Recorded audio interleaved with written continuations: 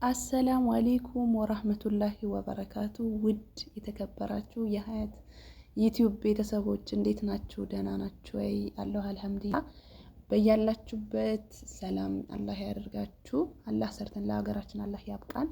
ዛሬ የመጣሁት በአንድ ቪዲዮ ከች ብያለሁ። እሱ ምንድን ነው ካላችሁኝ፣ በጣም ብዙ ጊዜ ከስግደት እንግዲህ ወደ አገራችን እቃ ይዘን እንሄዳለን ማለት ነው እና ብርቅ ይሆንብናል። በተለይ መዳማችን ይሄ ውሰዱት ብላ ስትሰጠን ኮተት እንሰበስባለን። ሀቂቃ ነው የምላችሁና በጣም የተናደድኩበት ነገር ነው እየነገርኳችሁ ያለሁት።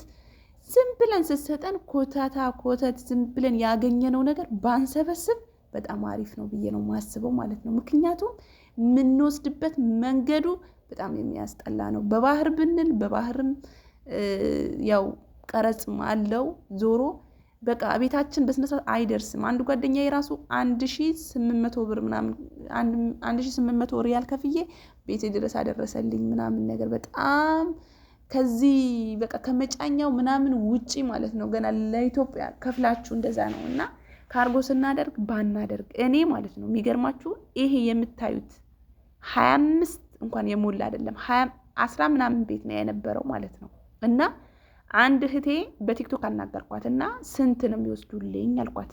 የሚገርማችሁ እንኳን ንጹህ አዲስ እንኳን ልብስ የለበትም የተለበሰ ልብስ ነው ማለት ነው። የሚገርማችሁ እና በጣም ብዙ ጊዜ ቪዲዮ ሰራበታለሁ እያልኩኝ በዛ በሰዓቱ ደግሞ እንደመጣሁኝ ነበረ የሚገርማችሁ ማለት እንደመጣሁኝ ገና አመት ሁላ ይሞላኝ አልመሰለኝም እና ለቲክቶክ አዲስ ነበርኩኝ።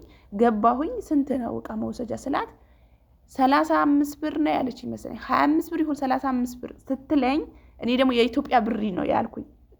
ገባችሁ የኢትዮጵያ ብር መስሎኝ እኔ ደግሞ ምን አደርግላችኋለሁ እሺ እላታለሁ። ቁጥሯን ተቀበልኳት። ከጣይፍ ቤቴ ጣይፍ ነበር ማለት ነው። ከጣይፍ እስከ መካ ድረስ ለመውሰድ አስቡት እንግዲህ ሰዋቅ ምን አክለ እንደሚበላችሁ ማለት ነው። እሱም ተርፎ ደግሞ ገና የሚዛን በስንት ሂሳብ ነው የሰራችልኝ? የዛኔ በ30 ብር ይሁን ተከራክሬ በ30 ምናምን ከ50 ነው የሰራችልኝ። ደረሰኛ አለኝ፣ ሁሉም ነገር አለኝ። እንደዛ በነገራችን ላይ በ5 ብር ነው በ10 ብር ነው ብለውኛል። ከዛ በኋላ ሚዛን የሚደረገው ለምን አለመጠየቄ ነው ይውላ የከፋ ያስከፈለኝ ማለት ነው። ገባችሁ? በጣም ተናደድኩኝ።